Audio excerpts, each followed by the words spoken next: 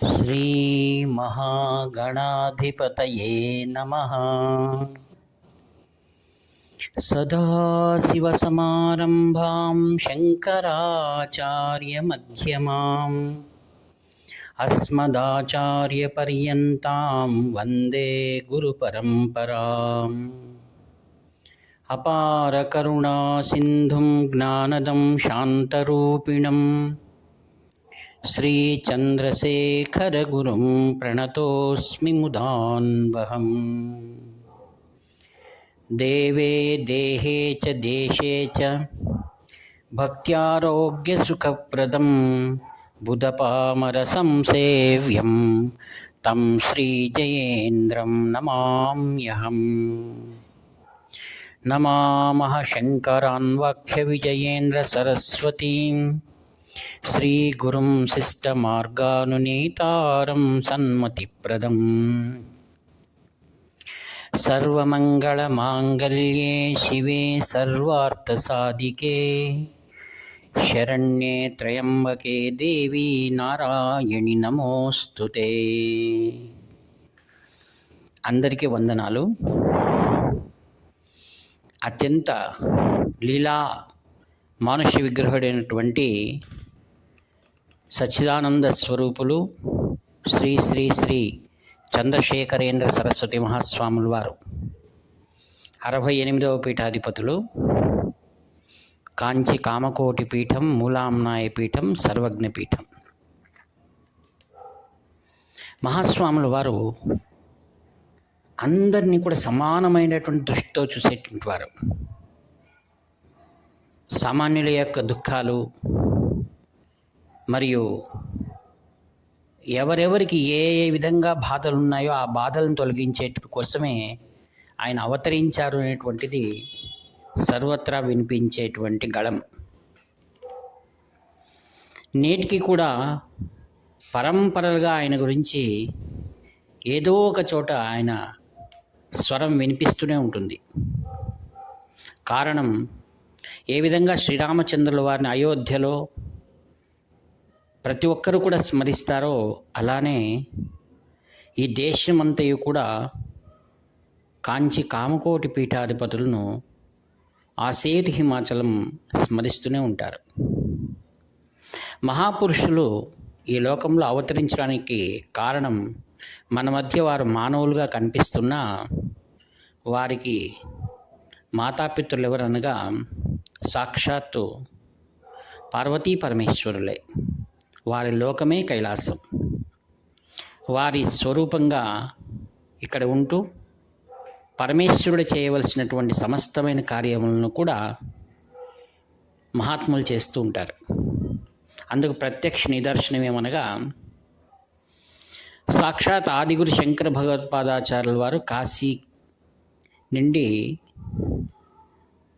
ఆ యొక్క పర్యటనలు చేసి చతురామ్నాయ పీఠము స్థాపించి కాంచి కామకోటి పీఠమును అధిరోహించారు. కాంచీపురంలో అమ్మవారి కోసం పూజలకని నర్మదా తీరం నుండి 32 మంది బ్రహ్మచారులను పిలిపించి వారికి తర్ఫీత్ ఇచ్చి చక్కగా ప్రతినిత్యము కూడా కైంకర్యాలు చేయడానికి ఏర్పాట్లు చేసిన వారు ఆదిగురు శంకర భగవత్పాదాచార్యుల వారు.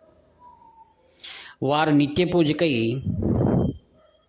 ఒక యోగలింగాన్ని కైలాసానికి వెళ్ళి ఆదిగురు శంకరుల ద్వారా స్వీకరించుకొని ఈ యొక్క భూలోకంలో అందరి పాపములను పరిహరిస్తూ సర్వమానవాళికి కూడా సౌభాగ్యాన్ని కలిగించడానికని మహా త్రిపుర సుందరి సమేత శ్రీ చంద్రమౌళేశ్వర స్వామి నిత్య పూజలు వారు చేస్తూ ఉంటారు. కాంచి కామకోటి పీఠం యొక్క ప్రత్యేకత ఏమనగా, ప్రతిరోజు కూడా వారే పూజలు ఆచరించాలి. పీఠాధిపతులే, ఇంకెవ్వరు కూడా ఆచరించడానికి వీల్లేదు. దానికి ప్రత్యేకమైనటువంటి పరిస్థితులు ఎలాగున్నా నిత్య పూజలు ఎప్పటికి కూడా ఆగడానికి వీల్లేదు. ఆ యొక్క పూజల్లో విధి విధానాలు ఏమున్నాయో వాటిని చక్కగా శాస్త్రబద్ధంగా నేటికి జరుగుతూనే ఉన్నాయి. 2,500 సంవత్సరాలు పూర్వం ఆదిగురు శంకర భగవత్పాదాచార్యుల వారు ఏ విధంగా ఆ యొక్క యోగలింగాన్ని చంద్రమౌళీశ్వర పూజ, మహా త్రిపుర సుందరి దేవి పూజ చేస్తూ వస్తున్నారో నాటి నుండి నేటి 70వ పీఠాధిపతుల వరకు కూడా అదే విధంగా కైంకర్యాలు జరుగుతూనే ఉండడం ఇది విశ్వంలోనే ఒక ఆశ్చర్యకరమైనదని అందరూ తెలియజేస్తుంటారు. దయచేసి ఈ యొక్క శ్రీ శంకర విజయేంద్ర సరస్వతి మహాస్వాముల వారు చేస్తున్నటువంటి ఈ యొక్క ప్రతినిత్యము జరిగేటువంటి మహా త్రిపుర సుందరి సమేత శ్రీ చంద్రమౌళీశ్వర స్వామి పూజలో మీరు పాల్గొనండి. దాని యొక్క ఆనందాన్ని మీరు అనుభవించి తీరాలే కానీ మాటలతో చెప్పడానికి సాధ్యం కాదు. ఒకసారి రామకృష్ణ పరమహంస మిషన్ నుంచి వచ్చినటువంటి ఒక బ్రహ్మచారి ఆయన పూజలను తదేకంగా చూస్తూ ప్రతిరోజు కూడా వారం రోజులు వచ్చారు. కాంచిలో స్వాముల వారు నాతో అన్నారు, ఆయనతో నువ్వు మాట్లాడు అని. వారు చెప్తే కానీ మేమెవరితోనూ మాట్లాడటం వీలు పడదు, అది క్రమశిక్షణ, శిష్యుల యొక్క కర్తవ్యం అది. అప్పుడు వారిని అడిగాను, మీరు రామకృష్ణ సంస్థ నుంచి వచ్చిన వారు కాంచి కామకోటి పీఠానికి మీకు ఎటువంటి సంబంధం? ప్రతిరోజు వస్తున్నారు, ఇంత శ్రద్ధగా మీరు అవలోకిస్తున్నారనగా ఆయన అన్నారు, ఆ విషయాలే మీకు ఇప్పుడు ప్రత్యక్షంగా తెలియజేస్తున్నాను. 1000 గ్రంథాలు చదవడం ఒకటే శ్రీ శంకర విజయేంద్ర సరస్వతి మహాస్వాములు చేస్తున్నటువంటి ఈ యొక్క మహా త్రిపుర సుందరి సమేత శ్రీ చంద్రమౌళీశ్వర ఆరాధన ఒకటే అన్నారు ఆయన. మరి ఆయన గొప్ప సంస్థ నుంచి వచ్చిన వారు. మీరు ఏమి గ్రహించారన్నాను. ఆయనలో ఉన్న ఏకాగ్రత, క్రమశిక్షణ, నిత్యము ఎలా చేస్తున్నారో అలానే చేస్తున్నారు, కానీ ఒక్కటి కూడా తారుమారు అయినది నేను చూడనే లేదన్నారు ఆయన. నేను అన్ని చోట్ల పరిభ్రమించి చూసి వస్తున్నాను, అయితే ఇటువంటి శ్రద్ధ, ఇటువంటి ఏకాగ్రత నేను ఎక్కడ గమనించింది లేదు, నేను అందుకే నిత్యము కూడా తప్పకుండా వస్తున్నాను అన్నారు ఆయన. అంటే ఆయన ఒక బ్రహ్మచారి, సాధనలో ఉన్నటువంటి వారి దృష్టి ఎలా ఉంది. అందుకే అన్నాడు, కర్మణైవ హి సంసిద్ధిం ఆస్థితా జనకాదయ అన్నాడు భగవద్గీతలో. మహాత్ములకు యతీశ్వరుల కర్మ అనేది లేదు. ఈశ్వరారాధన వారు ఎందుకు చేస్తున్నారంటే కేవలం లోక కళ్యాణార్థమై చేస్తున్నారు. అట్టి పూజలు మనం చూడడం మన జీవితంలో గొప్ప అదృష్టం అని మనం భావించాలి. అక్కడ పూజ జరిగేటువంటి విషయాలు మీతో పంచుకుంటే మీరు ఆశ్చర్యపోతారు, ఆనందిస్తారు కూడా. అక్కడ పూజకు బావి నుండి కానీ, చెరువు నుండి కానీ, పుష్కరం నుండి కానీ, లేక ప్రవహించే నదిని జలముల్ని ఇక్కడ వాడాలి. ఒకవేళ బోర్ వాటర్ అంతర్లీన జలములు అంటాం కదా, వాటిని మిషన్ ద్వారా వచ్చింది వాడరు. స్వయంగా శిష్యులు ఆ పంపును తమ చేత్తో దాన్ని ఉపయోగించి ఆ జలమును మడితో ఆ అనేకమైన కడవలు ఆ పూజకు తీసుకురావాలి. తరువాత అక్కడ నిత్యము కూడా దీపములే వెలుగుతున్నాయి, కానీ అంటే ఆ యొక్క నేత్తో చేసిన దీపములే అక్కడ అఖండ దీపాలుగా ఉంటాయి. అంటే పూజలో మనం గమనిస్తున్నటువంటి ఇళ్లలో వాడుతున్నటువంటి ఎలక్ట్రిక్ బల్బ్స్ ఉండవు. మరియు నిత్యము కూడా బిల్వదళాలు చాలా చక్కగా ఏరి త్రిదళములు ఉన్నటువంటి వాటిని ఉపయోగిస్తారు. మరియు ధూపము, దీపము, నైవేద్యం, అర్చనలు, ఆ యొక్క పూజలు వాడేటువంటి పువ్వులు కూడా అత్యంత పవిత్రంగా ఉంటాయి. మాలలు కూడా అరటి యొక్క దారం ఏదైందో దాటితోనే ఆ యొక్క మాలలు అల్లుతారనమాట. చాలా వైభవంగా ఉంటుంది, చూస్తుంటే మన 2 కన్నులు చాలవు. అభిషేకం సమయంలో వేద పండితులు ఆ యొక్క రుద్రమును చదువుతారు.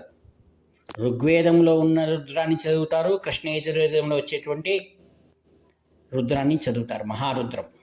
తరువాత మైత్రీ సూక్తం, పురుష సూక్తం, శ్రీ సూక్తం మరియు శాంతి సూక్తాలన్నీ కూడా లోపల చదువుతారు. ఇంకా నైవేద్యం అయితే చెప్పనలవి కాదు. ఆ యొక్క వంటశాలలో వంట చెరుకుతో చేసినటువంటి ఏదైతే పదార్థాలు ఉన్నాయో ఆ అగ్నిలోనే అన్నం తయారు కావాలి, పదార్థాలనే తయారవుతాయి. తరువాత ఆ ఆహారం కూడా అతిగా వేడిగాను ఉండకూడదు, అతి చల్లగాను ఉండకూడదు.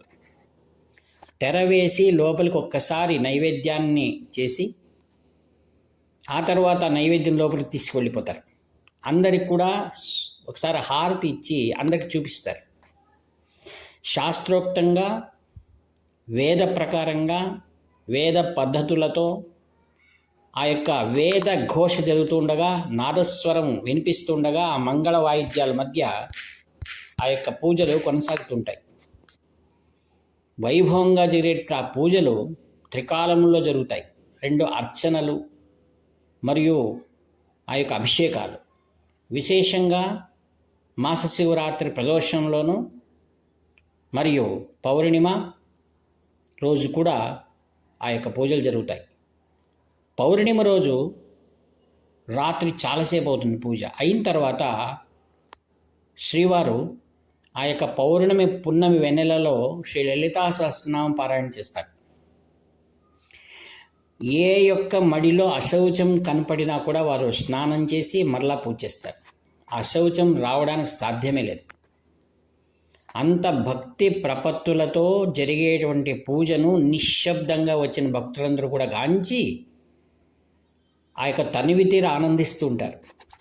తర్వాత పూజ మధ్యలో లోపల అర్చనాదులు జరుగుతున్నప్పుడు ఇక్కడ బయట కూర్చున్నటువంటి అనేకమైన సంగీత కళాకారులు, భజనలు, సంగీత వాయిద్యాలు దూర ప్రాంతాల నుండి వచ్చి ఆ యొక్క శ్రీవారి ఆ యొక్క దివ్య సన్నిధిలో తమ యొక్క గళాన్ని విప్పడం, భజనలు చేయడం, సంగీత కార్యక్రమాలు వీణుల వింపుగా ఉంటుంది.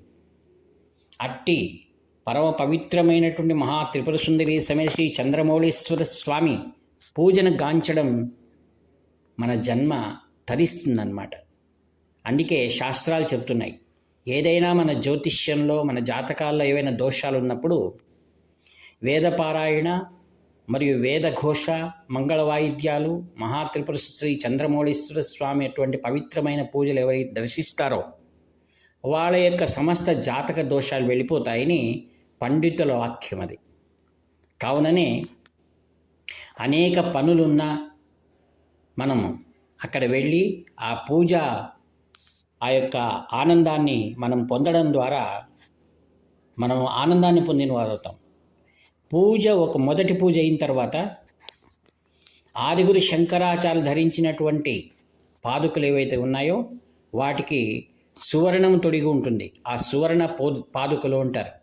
వాటికి వచ్చినటువంటి కైంకర్యం చేయించుకోవడానికి వచ్చిన వారు ఎవరైతే ఉంటారో దానికి అభిషేకాలకు, భిక్షాబంధనానికి మరియు పాద పూజలకు ఎవరైతే రుసుములు చెల్లించి కైంకర్యానికి వచ్చిన వారు సంప్రదాయ దుస్తులతో ఉండి ఆ యొక్క ఆదిగురు శంకర భగవత్పాదాచార్యుల వారి సువర్ణ పాదుకలకు అష్టోత్తరం, త్రిశతి, సహస్రనామ పూజలు వాటిలో పాల్గొంటారు.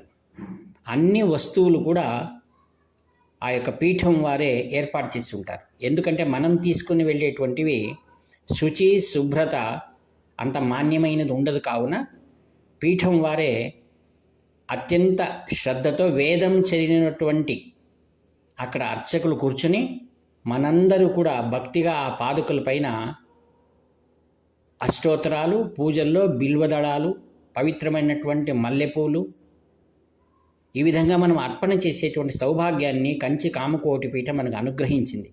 కావున సద్భక్తులారా, మీరు కాంచీకి వెళ్ళినప్పుడు మీరు శంకర మఠానికి వెళ్ళి అక్కడ జరుగుతున్న పూజా విశేషాలు తెలుసుకొని మీరు మహాస్వామి వారి బృందావనాన్ని, తదంతేవా శ్రీ శ్రీ శ్రీ జయేంద్ర సరస్వతి మహాస్వాముల బృందావనాన్ని దర్శించుకొని మరియు ఆ శ్రీ శంకర విజయేంద్ర సరస్వతి మహాస్వాముల వారిని దర్శించుకొని ప్రత్యక్షంగా అక్కడ జరిగేటువంటి పూజా కైంకర్యాల్లో పాల్గొని అక్కడ మఠంలో ఉన్నటువంటి గోశాలకు వెళ్ళి గోదర్శనం చేసుకోవడం, ఇవన్నీ మన పూర్వజన సౌభాగ్యంగా తలుచుకొని మీరందరూ ప్రార్థించుకోవాలి. మన యొక్క దుఃఖాలు వెళ్ళిపోవాలి, కష్టాలు వెళ్ళిపోవాలి, మనం సుఖ సౌభాగ్యాలతో ఉండాలనేటువంటి భగవంతుని ప్రార్థన మనం చేసుకోవచ్చు. కారణం ఆదిగురు శంకర భగవత్పాదాచార్యుల వారు కైలాసం తెచ్చినటువంటి యోగలింగం అది.